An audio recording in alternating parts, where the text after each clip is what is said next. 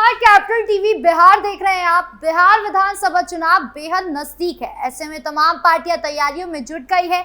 NDA की बात की जाए तो उनकी रणनीति पूरी तरह साफ हो गई है कि उन्हें विकास, रोजगार, गरीबी, भ्रष्टाचार जैसे मुद्दे पर काम करना है। तो वहीं दूसरी तरफ महागठबंधन है जो पूरी तरह से बिखरा हुआ नजर आ रहा है। उनकी रणनीति धुंधली नजर आ रही है। जब भी रणनीति के बारे में पूछा जाता है तो पार्टी बयानबाजी पर उतर आती है और इसी कड़ी में एक बार फिर राजद नेता तेजस्वी यादव का बयान सामने आया है, जहां उन्होंने एनडीए सरकार पर जमकर निशाना साधा है। देखिए रिपोर्ट।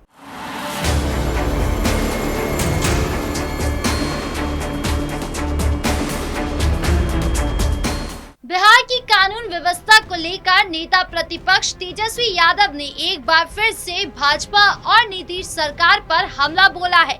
उन्होंने आरोप लगाते हुए कहा कि बीजेपी ने बिहार को तालिबान बना दिया है।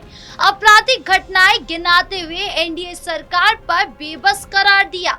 इससे पहले भी लगातार लॉ एंड ऑर्डर पर तेजस्वी नीतीश सरकार पर हमला बोलते नजर आए थे। सोशल मीडिया एक्स पर ट्वीट करते हुए तेजस्वी ने लिखा कि बीजेपी ने बिहार को बनाया तालिबान। गया में डॉक्टर को मारी गोली, पटना में 2 गुटों में खुली गोलीबारी, पटना में महिला को मारी गोली और रोहतास में व्यवसायी की हत्या। मोदी नीतीश भाजपाई सरकार बेबस, डीके एक्स संरक्षित गुंडे आपराधिक बेधड़क। आपको बता दें कि बीते दिनों पटना में एक के बाद एक हत्याओं की घटनाओं ने पुलिस की कार्यशैली सवालों के घेरे में ला दी है। गोपाल खेम का हत्याकांड के कुछ ही दिन बाद से ही पारस अस्पताल में जिस तरह गैंगस्टर चंदन मिश्रा की हत्या हुई, उन्होंने कानून व्यवस्था पर सवाल खड़ा कर दिया है। हालांकि नीतीश सरकार ये लगातार सुनिश्चित कर रही है कि अपराधियों को किसी भी हाल में बख्शा नहीं जाए। यहाँ तक कि इस बात का आश्वासन खुद पीएम मोदी ने भी दिया है। आपको बता दें कि विपक्ष की इन्हीं तंजातंजी के कारण बीजेपी सांसद जगदंबिका पाल ने भी तंज कसा है। सांसद जगदंबिका पाल ने राहुल गांधी पर निशाना साधते हुए कहा कि जब वो यानी राहुल गांधी चुनाव हारते हैं तो वो ईवीएम पर ठिकरा फोड़ते हैं। बिहार का चुनाव नहीं हुआ, मतदाता सूची को लेकर आरोप लगा रहे हैं। उनके पास कोई मुद्दा और विकल्प नहीं है। बीजेपी नेता ने कहा कि इससे साफ जाहिर होता है कि चाहे तेजस्वी हो चाहे लालू यादव हो, वो मान गए हैं कि उनकी बिहार में हार होने वाली है। चुनाव आयोग निष्पक्ष काम कर रहा है। इसके साथ ही उन्होंने ये भी दावा किया कि बिहार बीजेपी और एनडीए की सरकार बनाएगी।